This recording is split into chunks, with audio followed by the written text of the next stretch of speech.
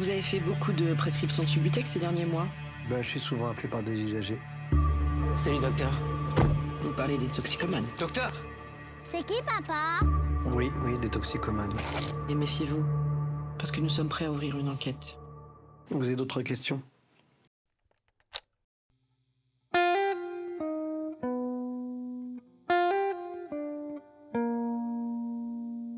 Bonjour à toutes, bonjour à tous et bienvenue dans Le Scénarisme, le podcast qui met en avant les héros de l'ombre du grand écran. Je suis Hugo Biou, jeune scénariste passionné, et chaque mois je reçois un invité exceptionnel pour plonger dans les coulisses de ses créations. Aujourd'hui on part dans les rues sombres d'un Paris qui vacille. Un Paris de nuit, traversé par les silences, les urgences et les corps fatigués. Mon invité c'est Elie Wajman, réalisateur et scénariste, venu parler de son film Médecin de nuit, un récit tendu, intense et profondément humain. Avec lui, on va explorer cette nuit où tout peut basculer. On parlera du rythme resserré du film, de ses influences, de sa tension morale permanente et de ce Paris invisible qu'il capture pour nous. Médecin de nuit, c'est l'histoire de Michael, un médecin à bout de souffle qui traverse la nuit en voiture pour soigner tous ceux que la ville a laissé tomber. Mais pendant qu'il tente de réparer les autres, sa propre vie se disloque.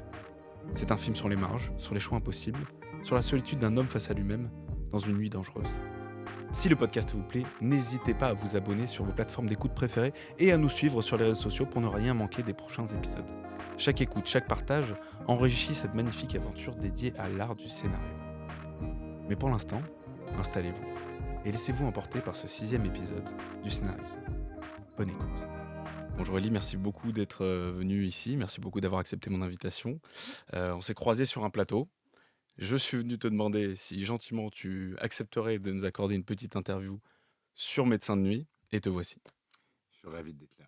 Alors Elie, je vais te poser la traditionnelle question qui ouvre ce podcast habituellement. Est-ce que tu pourrais raconter Médecin de nuit à celles et ceux qui ne l'auraient malheureusement pas encore vu?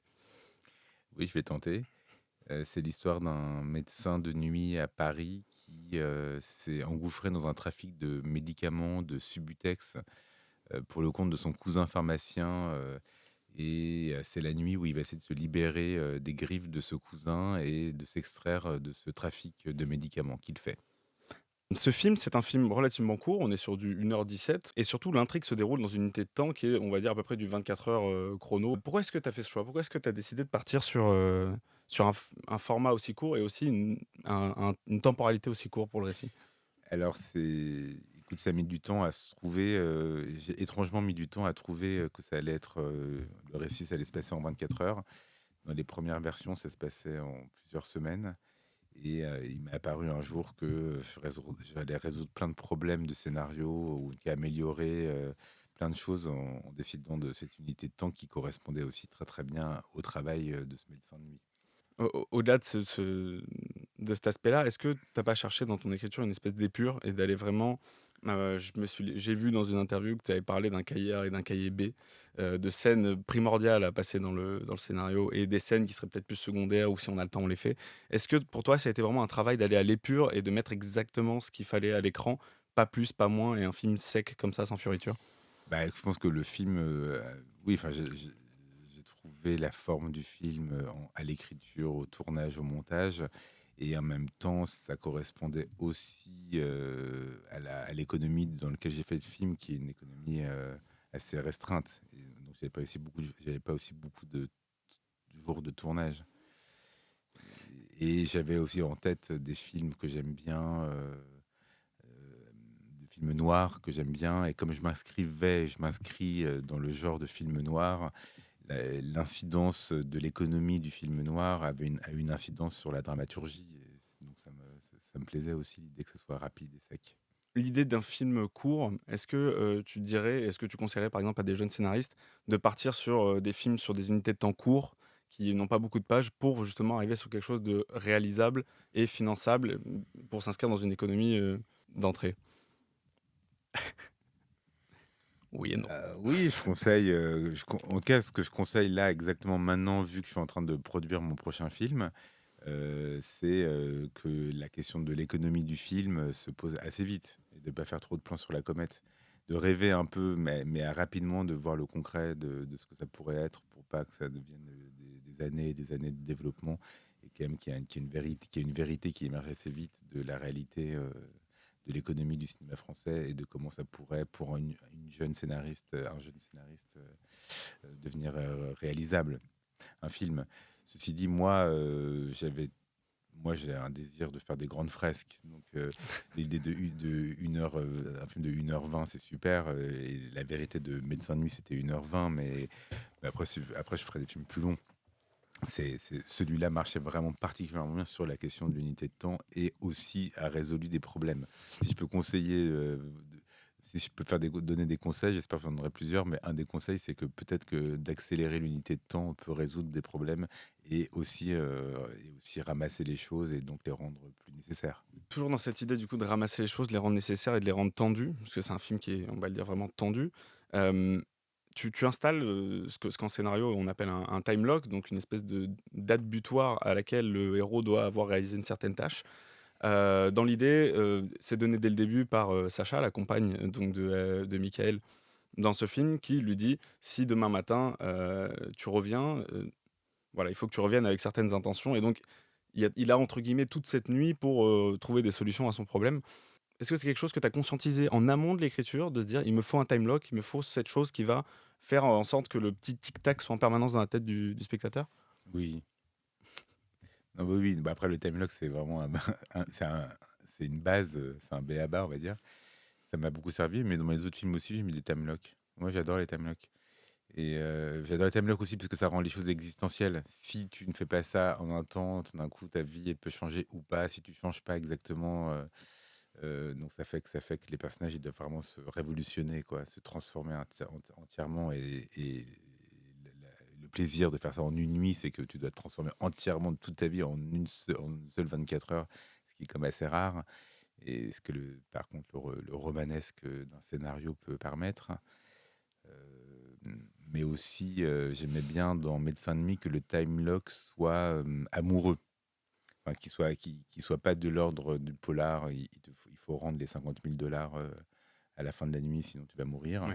Mais que ce soit quelque chose lié au sentiment et à sa vie de couple, je trouve ça beau.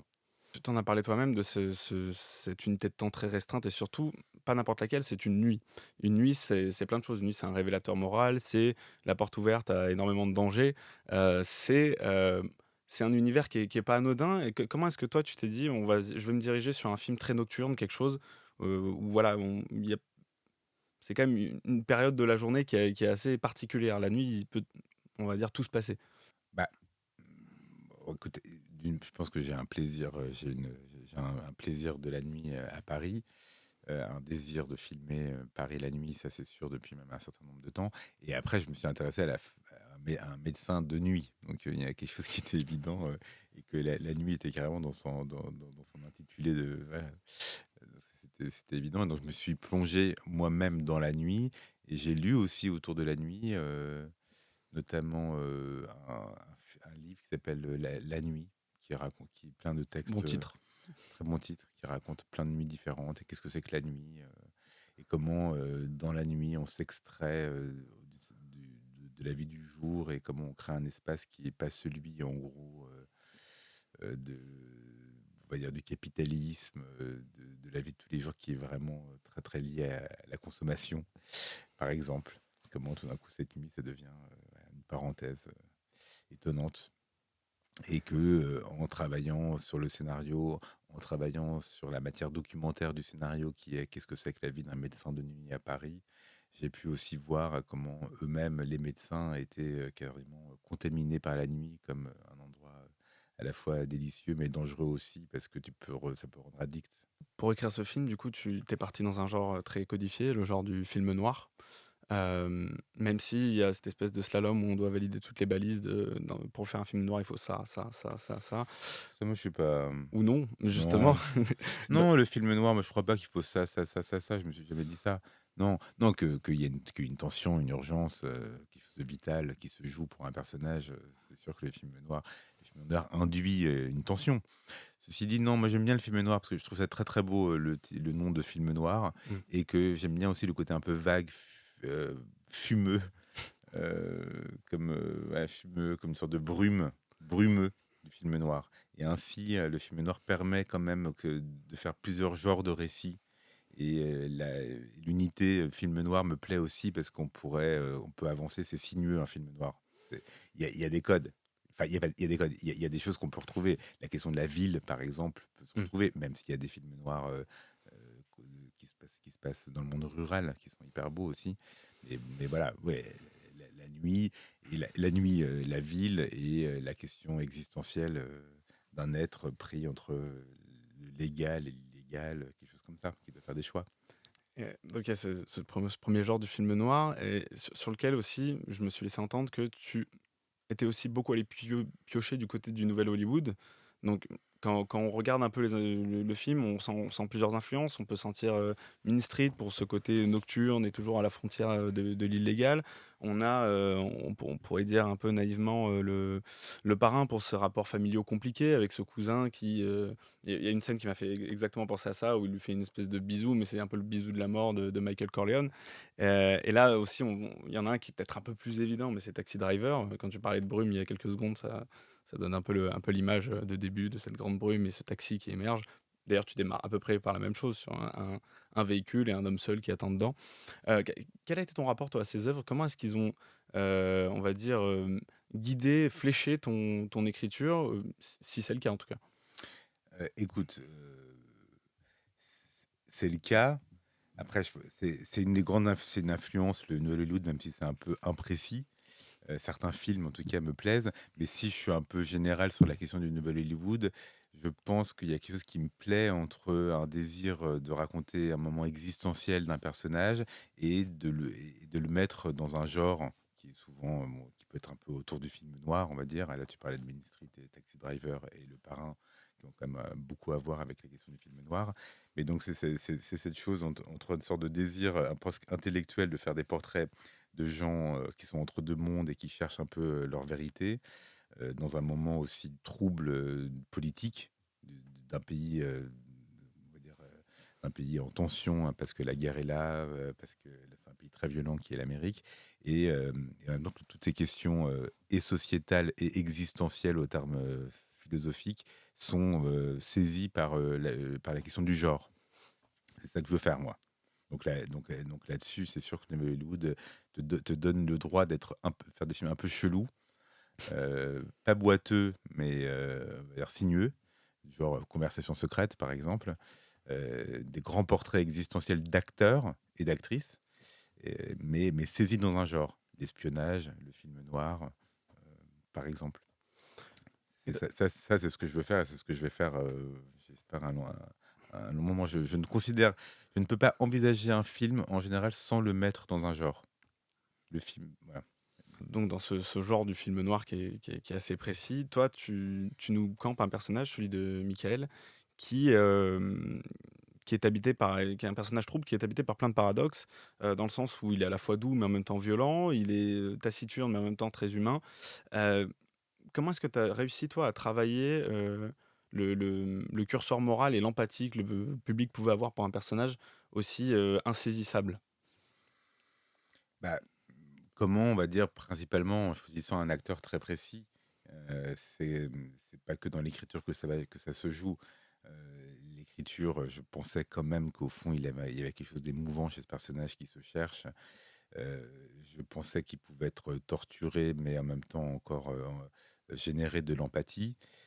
Et la rencontre avec Vincent Macaigne a fait que cette possibilité d'être et violent et doux, ce que tu dis très bien, pouvait exister. Donc c'est l'incarnation. L'incarnation avec un acteur qui va aussi se saisir de quelque chose. C'est une rencontre quand même entre un texte et un acteur, Médecin de nuit. Et moi, il y a un truc qui m'a interpellé dans le film tout de suite, c'est que c'est un médecin, sa profession, mais on va dire qu'au niveau du look, on est sur quelque chose qui, moi, je le croise dans la rue, c'est pas du tout un médecin pour moi. C'est à la rigueur peut-être un mafieux ou Mm. quelqu'un qui a un rapport avec le monde du crime ou de la nuit. Mais donc ce grand trench en cuir, cette petite chaîne en or, c'est quelque chose, moi, qui m'a interpellé. Je me suis dit, c'est un choix et c'est une vraie idée d'amener un médecin qui n'a de médecin que la fonction et pas du tout le look. Est-ce que ça, tu l'as travaillé en amont au scénario? C'est vraiment, tu te l'as imaginé, tu te l'as rêvé, ce personnage? Je me suis imaginé, je me suis rêvé, je l'ai trouvé en prépa avec la costumière Virginie Montel et avec Vincent Macaigne. Mais par contre, il y a 2 choses. Je voulais que ce soit stylisé, que le film, il soit très, très dans le réel, mais qu'il y ait un pas de côté pour qu'en même temps, ça soit presque mythologique. Donc ça, c'était important que de styliser le personnage et d'en faire un médecin de nuit un peu, en effet, mafieux ukrainien. Et l'autre chose, c'était que j'ai rencontré beaucoup de médecins de nuit et aucun médecin de nuit ne correspondait à ce que tu pouvais imaginer d'un médecin. Et les médecins de nuit sont une espèce spéciale, réellement. Et il y avait, moi, je me suis fait copain avec un type qui était un chanteur de punk, ancien pêcheur sur le lac Léman, qui est devenu médecin. J'ai vu des personnages. Donc Ouais. c'était aussi pour raconter un point de vérité qui était quand même qu'il y a des gens singuliers dans la faune des médecins de nuit. Mais je pense même à son. Il y a quelques occurrences dans le film où il a des interactions, on va dire, physiques, engagées avec des gens qui lui veulent du mal. Et il se bat relativement bien. Il arrive Mm, vraiment à se dégager. mm, mm, Et on arrive à se poser la question. On se dit, mais il a fait PACES ou il a fait de la MMA. mm, Il y a mm. quelque chose, en tout cas, qui est vraiment. Par exemple, comment tu justifierais le fait qu'il se bat aussi bien, ce personnage? Bah, je pense que ça racontait un peu quelque chose qui en lui est comme un tourbillon quoi, de violence. Quoi. Il y a quelque chose de sourd en lui, donc qui peut ressurgir à chaque fois. Que la nuit l'a un peu possédé, et que dans la nuit, il y a la douceur de la nuit, et en même temps, il y a aussi la violence. Et que en étant médecin de nuit, confronté et on va dire très en amitié avec les usagers de drogue, parce que ça raconte quand même aussi un médecin de nuit qui a rencontré des gens en souffrance qui veut sauver. Et bah, ça a induit quand même qu'il a pu être confronté à des gens dangereux. Et donc il s'est rendu un peu plus Kaira, quoi, on va dire. On reviendra sur cet aspect, parce qu'il possède aussi un pistolet, on le découvrira ça plus Mm, tard dans le mm, film. mm, Mais donc il y a effectivement tout un côté où il a appris à se défendre, mais on reviendra sur le côté un peu plus drogue un peu plus tard. Dans le film, on voit un Paris qu'on voit très très très rarement au cinéma. Un Paris qui n'est pas celui de la carte postale, qui n'est même pas celui du Paris by Night de Pigalle ou des Champs-Élysées. On est vraiment sur un Paris inédit avec ses immeubles 70-80, des blocs oubliés presque soviétiques à certains moments. Euh, Comment est-ce que toi, t'es allé chercher ces endroits-là? Est-ce que c'est des endroits que tu côtoies toi personnellement ou est-ce que justement tu as fait un travail de se dire on va aller voir ces arrondissements de Paris, faire du repérage et écrire en amont, en fonction? Non, c'est pas. C'est il y a un peu des deux. C'est une volonté de raconter ce Paris-là, et c'est le Paris que je côtoie depuis très longtemps. Donc le Paris, on va dire, avec une architecture 70 très prononcée.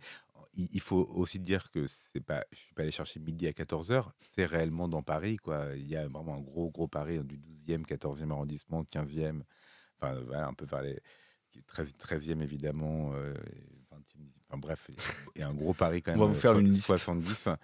Et après, je suis complètement, moi, je suis très ému par les immeubles années 70, et les perspectives, le côté un peu espèce de gros géant de béton et de verre, avec toutes ces fenêtres.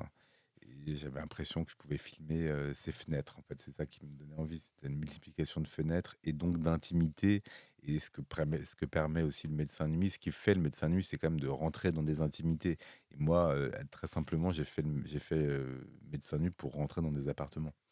Et là, mon prochain film, je veux aussi, moi, c'est ça que je veux dans ma vie de cinéaste, de rentrer dans des appartements. C'est un film que tu as du coup imaginé seul et écrit ensuite avec Agnès Feuvre, ou est-ce que vous vous êtes rencontrés et vous avez cherché ensemble? Comment est-ce que ça s'est passé la collaboration avec Agnès Feuvre? Écoute, moi, j'ai écrit.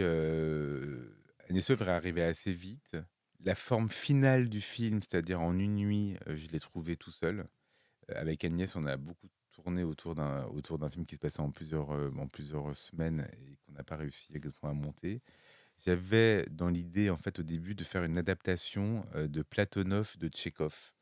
Une pièce qui est importante pour moi et qui est une pièce que j'appelle un peu pièce noire, parce qu'il y a un méchant, il y a des tensions, il y a une arme, il y a un danger existentiel dans cette pièce de Tchekhov qui est sa première pièce. Et j'ai tourné beaucoup autour de ça pour essayer de raconter et Médecin de nuit qui serait dans cet univers un peu tchécovien. Et, et il subsiste quelque chose d'une âme un peu slave. Mais avec Agnès, on a surtout travaillé sur les personnages et on a approfondi beaucoup le personnage de Michael, ainsi que celui de Sacha et de son cousin. Enfin voilà, on a fait un gros travail sur les personnages et la forme finale, cette nuit qui condense tout, ça je l'ai trouvé tout seul. Et c'est là, tu mentionnais du coup ton casting. Est-ce que toi tu as écrit en ayant ces acteurs-là en tête avec Vincent Macaigne, Sarah Giraudot ou encore Pio Marmaille? Est-ce que dès le moment où tu t'assois pour écrire, tu te dis ok, là j'aurai telle personne à tel endroit, telle personne à tel endroit, et tu travailles autour de leur look, ou plutôt ça s'est fait de manière plus organique? Non, mais Médecin de nuit, c'était très très très long à produire. Non, il s'est passé plein de trucs, c'était pas aussi simple qu'il y a Vincent Macaigne et c'est réglé, et après il y a Vincent Macaigne à la fin, ou Pio Marmaille, ou Sarah.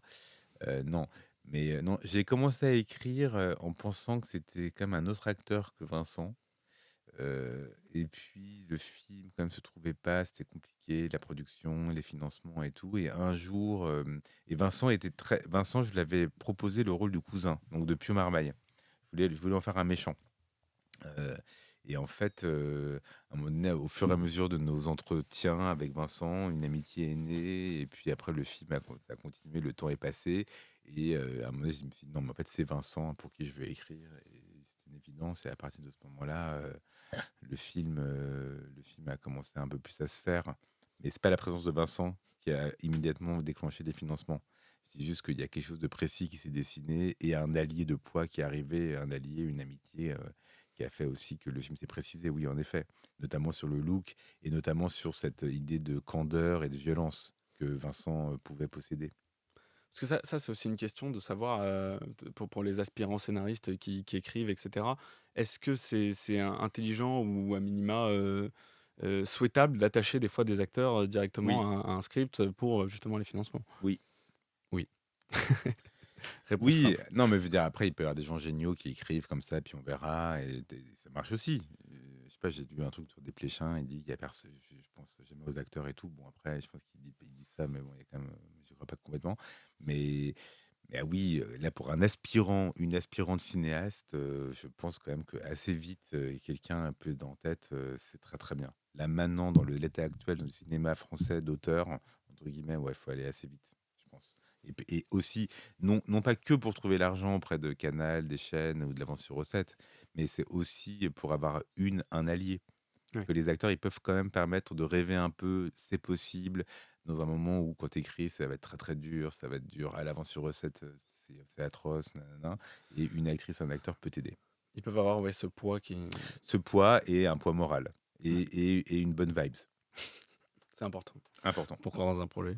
tout à fait. Euh, Si l'actrice, l'acteur a pas une bonne vibes, c'est pas, il faut une bonne vibes. et donc là, cet acteur qui a la bonne vibe pour toi, ça a été Vincent Macaigne. Ouais. Euh, Vous aviez déjà travaillé ensemble, je crois, au préalable. Écoute, Vincent, je le connais depuis très longtemps, on s'est croisés comme ça. Et un jour, il m'a appelé parce qu'il avait vu Les Anarchistes et il m'a proposé d'écrire avec lui une adaptation de L'Idiot de Dostoïevski. Donc, il avait senti chez moi, on va dire, un goût pour les choses russes, les grands récits russes que lui possède très très bien, et moi moins. Euh, et à ce moment-là, on s'est vachement entendu. Et je pense aussi que j'ai fait 2 autres films avant, 2 autres films noirs. Donc, j'avais déjà traversé des histoires avec des actrices et des acteurs. Mais le truc différent avec Médecin de nuit, c'est la question de la violence.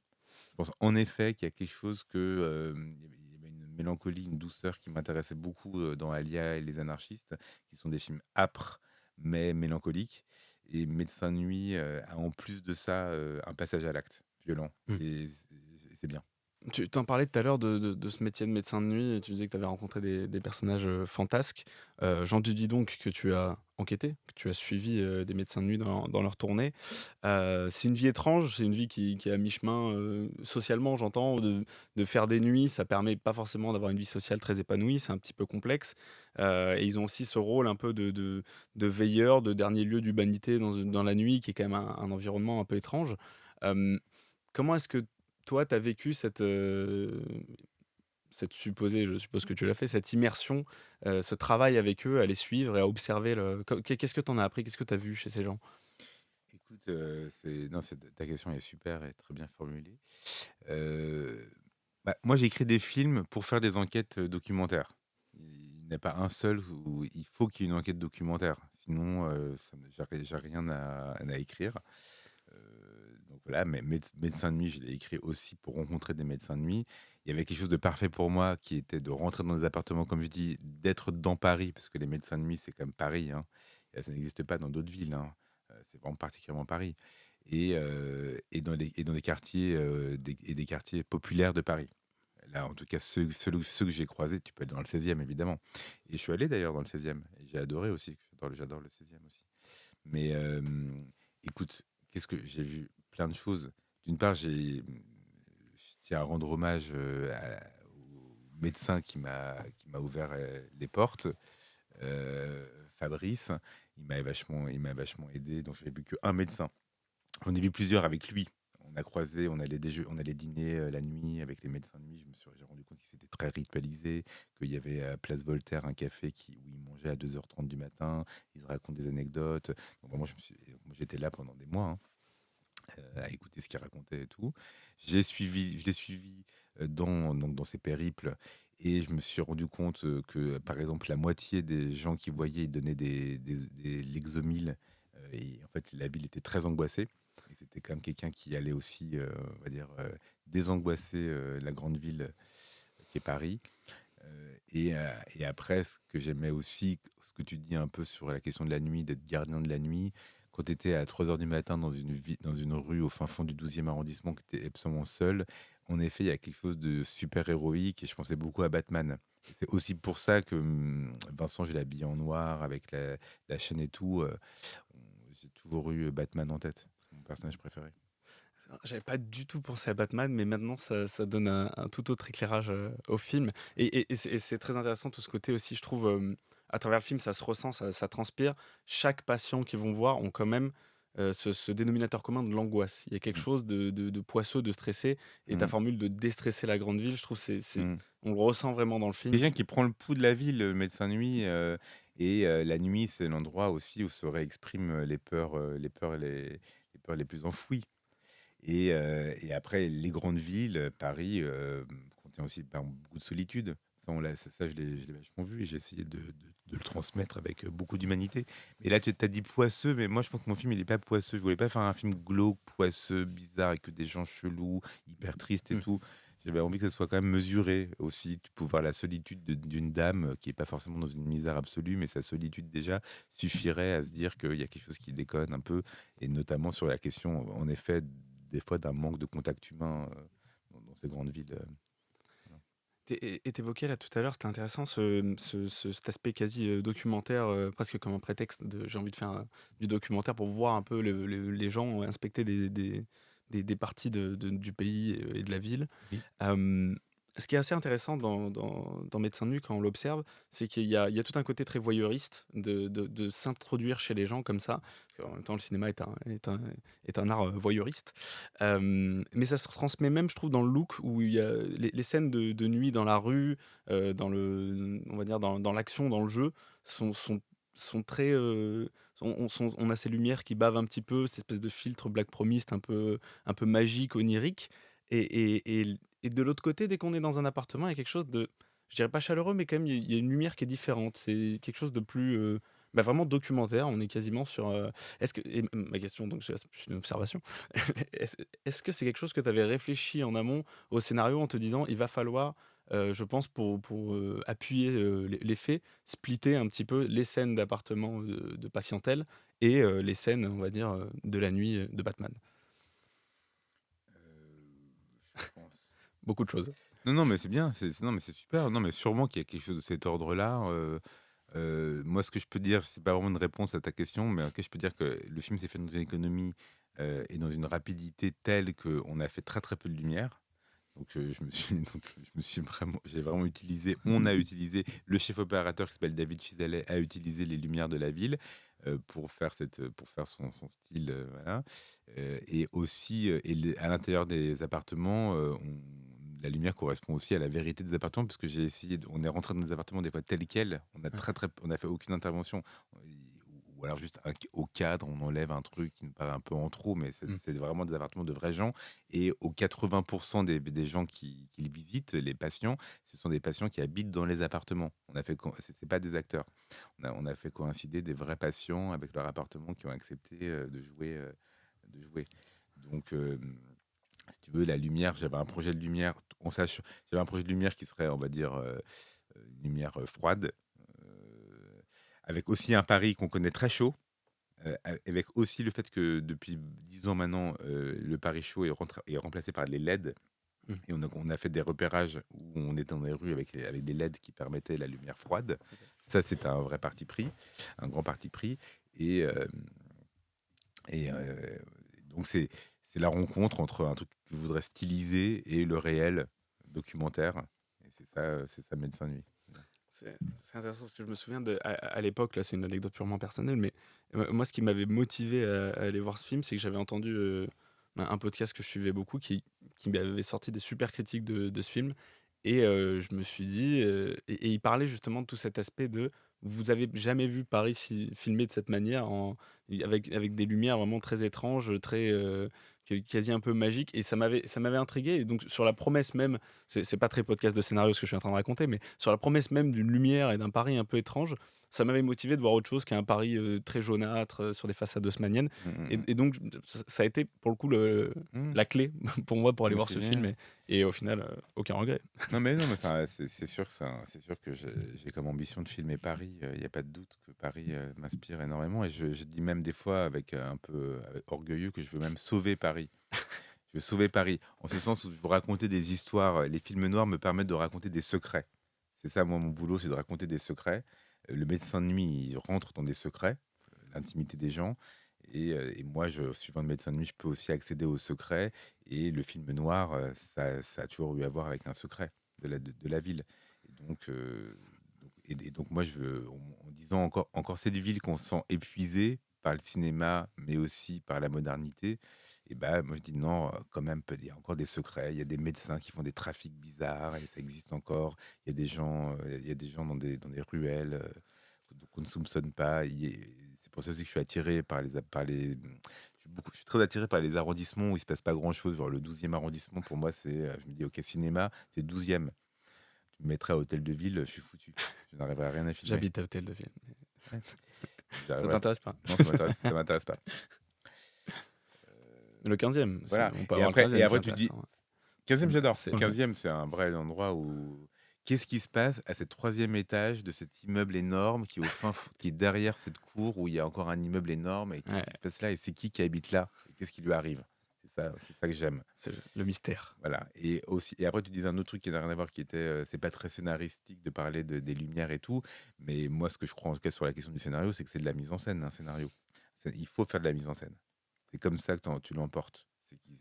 Quand ça vibre, un scénario qui vibre, c'est qu'on sent qu'il y a une question de mise en scène. Et c'est pas forcément de faire des fioritures, de dire la lumière, elle est un peu. Mais quand même, des fois, ouais, de faire des petites indications de mise en scène, je pense que ça donne de la vie au film.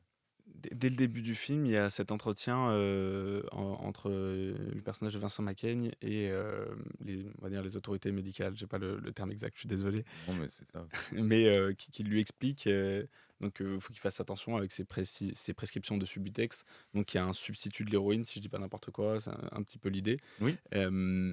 Et dès le début, il lui explique que c'est politique de s'occuper de ces gens-là. Mhm. Parce qu'elle lui indique que c'est politique, lui répond que c'est politique. Et le fait même de le pointer, c'est politique aussi.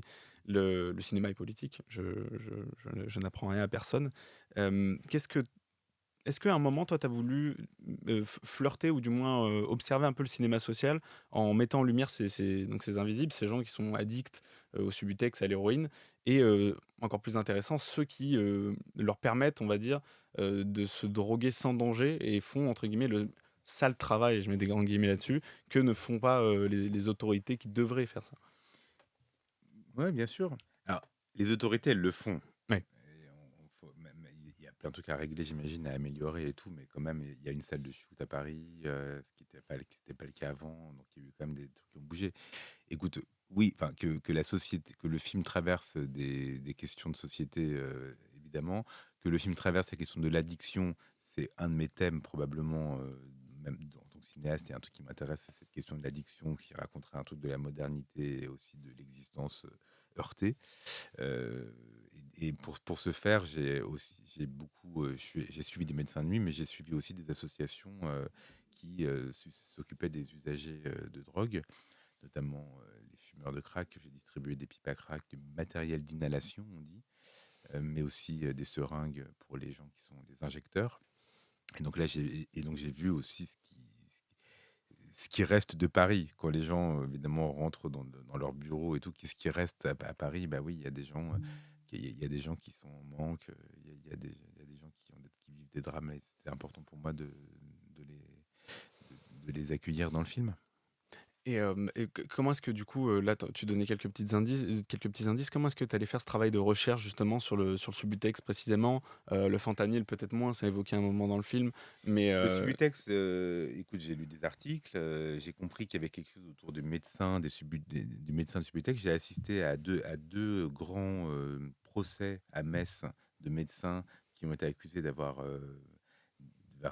collaboré à un trafic de Subutex. Et moi, j'avais très envie, au début de l'écriture de Médecin de nuit, bon, il y a le Tchekhov un peu qui a un peu disparu au fur et à mesure, mais il y avait aussi l'idée que je voulais faire un médecin mafieux, un médecin qui fait n'importe quoi.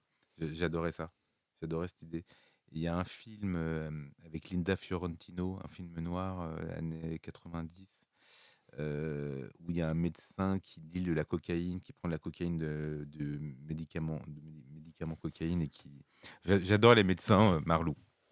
Je trouve des super personnages. Et les pharmaciens.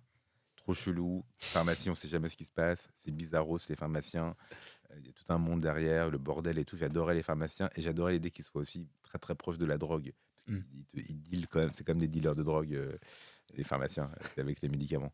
Donc tout ça me plaisait vachement. Et après, j'ai fait très sérieusement. J'ai appelé Gaïa. Gaïa, c'est une des associations qui s'occupe des usagers de drogue. Et ils ont accepté que je les suive pendant plusieurs nuits de maraude pour aller à la rencontre des usagers de drogue. Et je suis allé à la colline du crack avant qu'elle soit déplacée, avant qu'elle soit un peu. Donc j'ai vu aussi ce que c'était, et tout ça dans le but, évidemment, d'écrire le film, mais aussi de me nourrir et de rencontrer le monde. Et est-ce qu'à posteriori, tu as eu des retours des gens de ce monde-là, que ce soit les pharmaciens que tu trouves trop chelous, ou même Carrément. les usagers, ou etc. Tu as eu des Ouais, petits retours comme carrément. ça? Ouais, bien sûr. Ouais, j'ai vu des médecins hyper engagés qui ont vu le film, ils étaient très contents.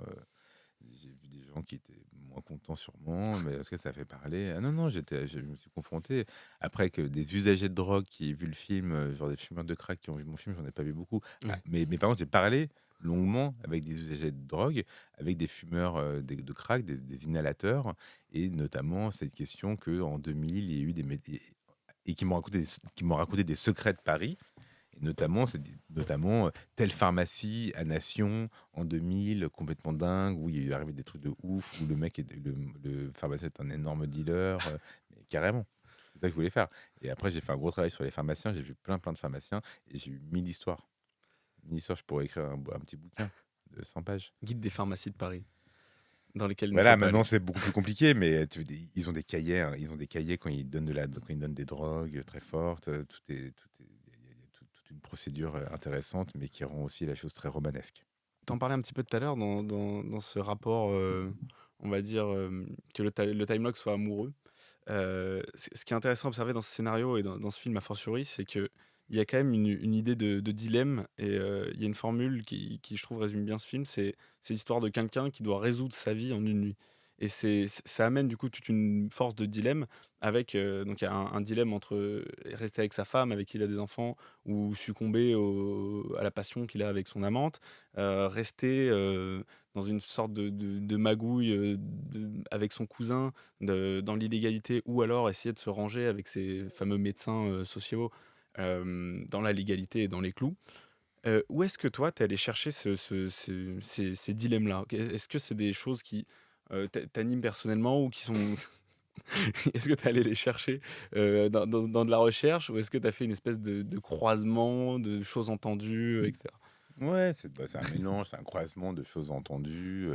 C'est une, c'est mon désir de scénariste aussi, de raconter des gens dans des dilemmes. C'est un peu la b.a.-ba du scénario quand même. Il faut qu'il y ait un peu des problèmes pour les personnages. Et avec un truc qui m'anime aussi depuis longtemps, qui est la question de la division des êtres.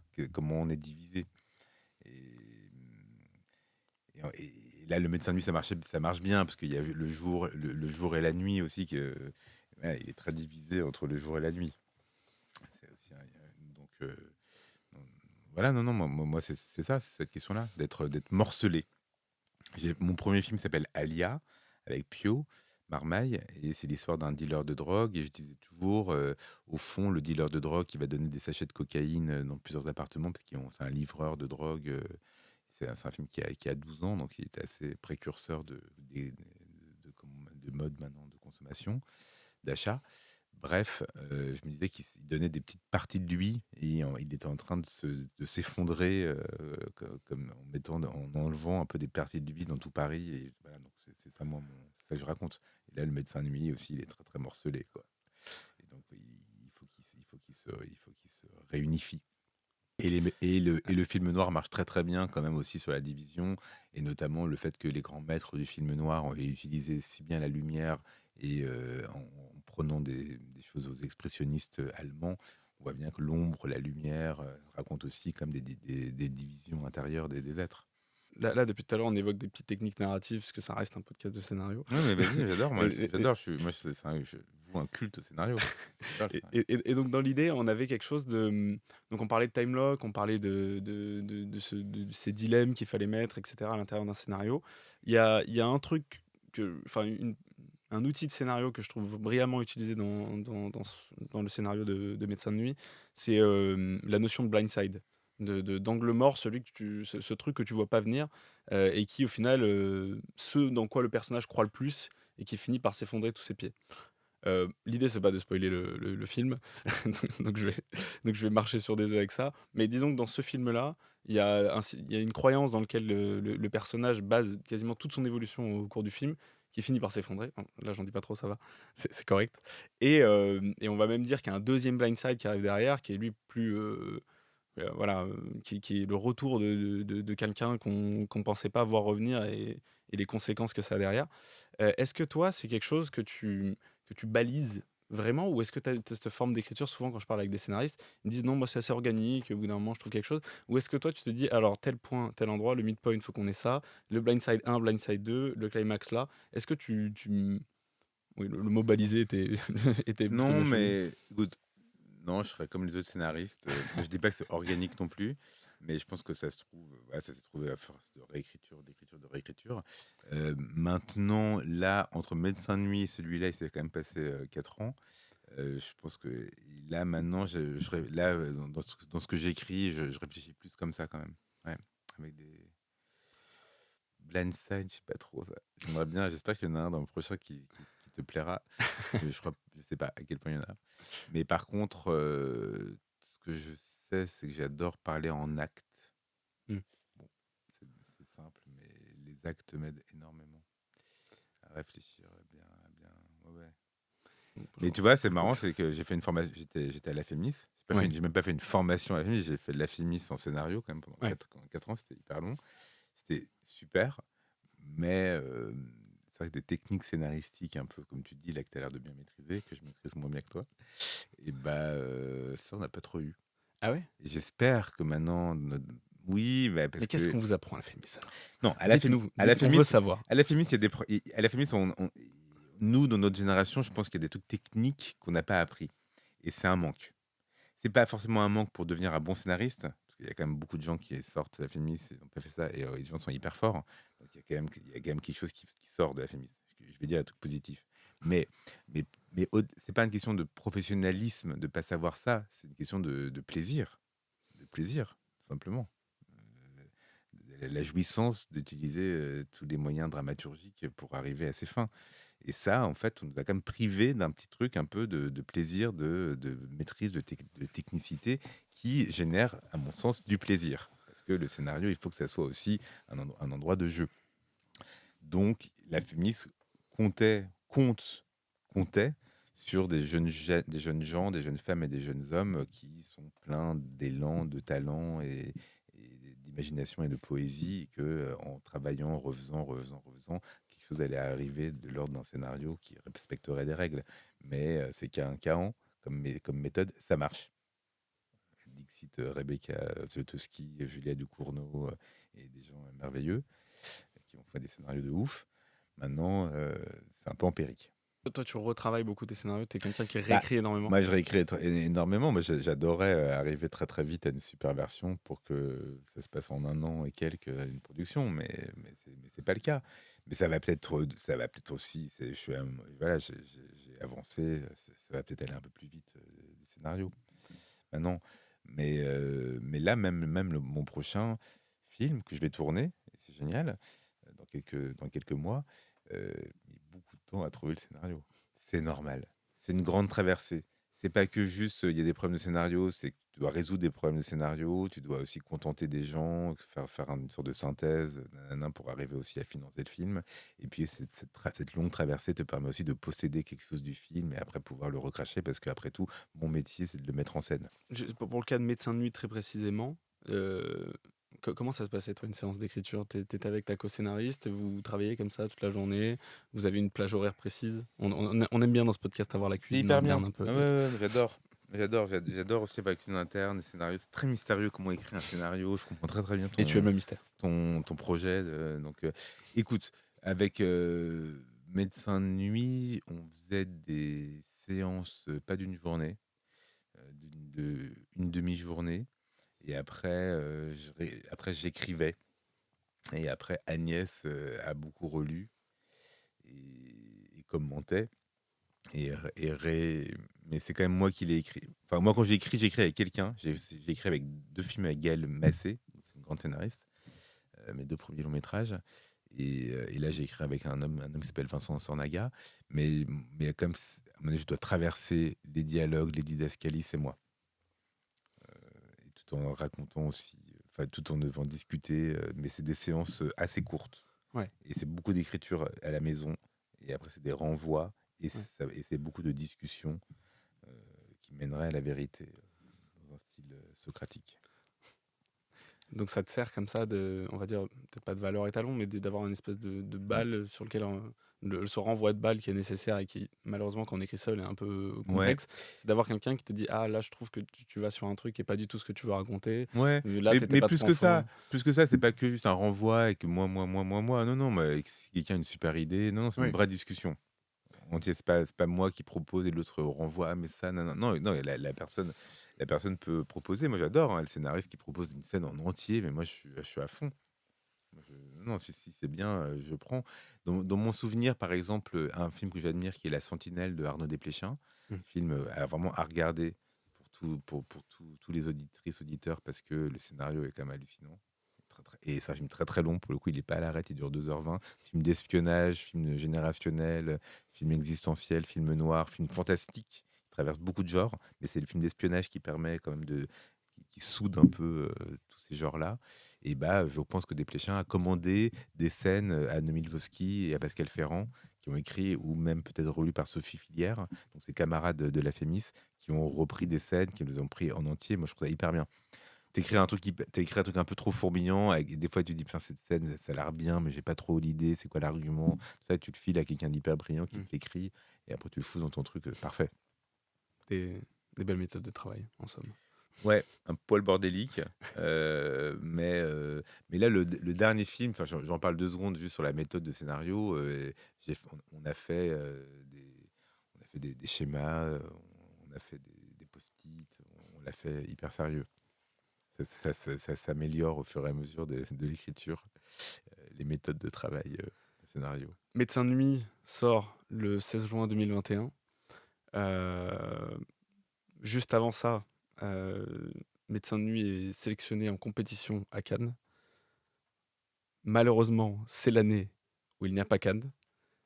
Comment est-ce que toi, tu as vécu alors je ne saurais même pas dire ascenseur émotionnel, puisque dans l'idée, c'est une espèce de... Il y a 2 signaux qui sont totalement géniaux pour l'un, parce que c'est une sélection à Cannes, et ça restera éternellement une sélection à Cannes, on ne pourra jamais l'enlever. Mais malheureusement, il n'y aura pas tout ce plaisir d'aller emmener le film sur la croisette, etc. Comment toi, tu as vécu ce petit caillou dans la chaussure? Bah, pas trop mal. Non, franchement, non, moi j'étais heureux. Moi, je continue, je vais faire des films. J'étais très heureux de la sélection. Ça aurait été génial d'être à Cannes parce que le film ça aurait cartonné. Surtout, on aurait adoré. Donc, mais le film, j'ai des super retours. Là, je fais un nouveau film. J'avance. Il y en aura d'autres, peut-être d'occasion. Non. Et puis j'avais goûté aussi au plaisir de Cannes ou pas avec mes 2 autres films parce que j'étais aussi à Cannes. Donc, non, tout va bien. J'étais pas hyper dégoûté. Je suis très content d'avoir réussi à faire cet objet compact et qu'il ait pu plaire. Et aussi ce dont tu parlais, cette vision de Paris. Je pense que j'ai vraiment exprimé un truc qui m'est très, très intime, là, de montrer ma ville que j'aime. Et donc voilà, donc non, plein de choses positives plutôt. Et est-ce que tu penses que ce label, parce que c'est un label formidable, certains pourraient dire que c'est le plus beau label, est-ce que tu penses que ce label en compétition à Cannes, ça a pu mettre la lumière encore plus sur toi, ou t'amener des facilités comme avoir un acteur attaché Non. qui serait incroyable? Non, tu penses pas? Non, moi j'avais fait 3 films que j'aime tous. Non. Non, non, bah, pas plus que. Non, non, bah là j'ai mis 3 ans et demi à écrire mon film, à le faire, à le monter, à être dans plein de difficultés. Non, non, Mm. c'est une grosse bataille, c'est une baston constante. C'est un peu fatigant. Ouais. C'est un métier quand même où il faut vraiment y croire quoi, à fond. C'est pour ça qu'il faut bien choisir vos projets parce qu'il va falloir les désirer pendant 3 ans, 4 ans, 5 ans. Franchement, disons les trucs en vrai, quoi. C'est ça la vraie vie d'un film. Et donc, voilà, faut que ça soit, il faut qu'il y ait assez de matière et d'intérêt. Et après, quant à la question des acteurs, de mettre.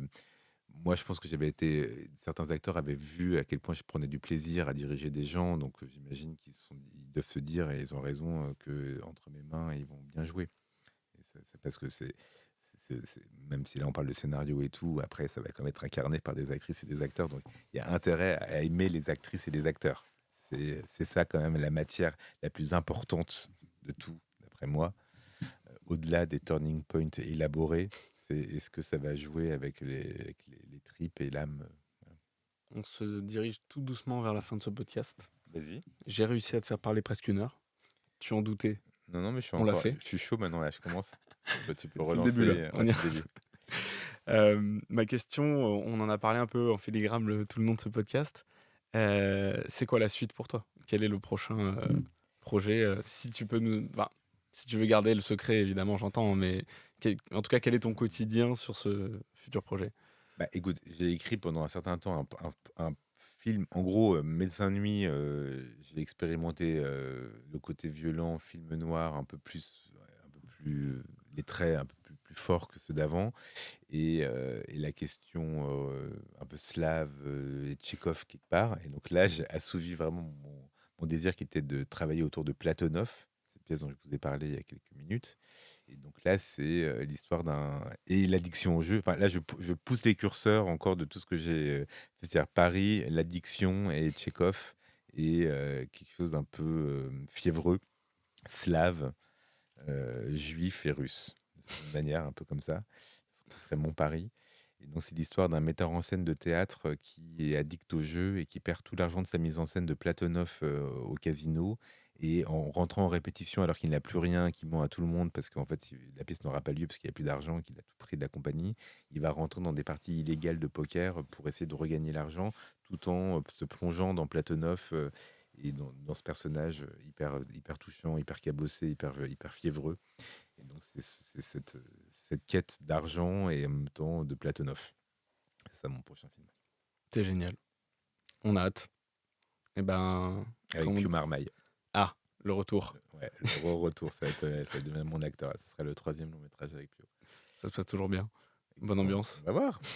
Je l'admire, c'est un grand acteur, c'est une sorte d'ami, mais pas non plus.